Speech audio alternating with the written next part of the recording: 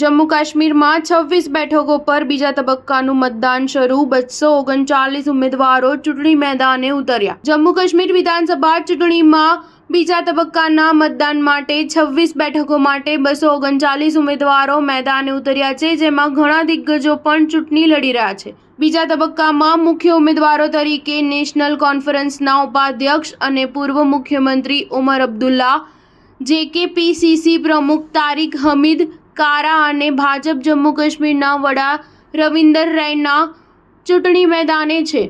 ઉલ્લેખનીય છે કે બીજા તબક્કા માટે 3502 પોલિંગ બૂથ બનાવવામાં આવ્યા છે। આ તબક્કામાં 25 લાખથી વધુ મતદારો ઉમેદવારોના ભાવિનો નિર્ણય કરશે।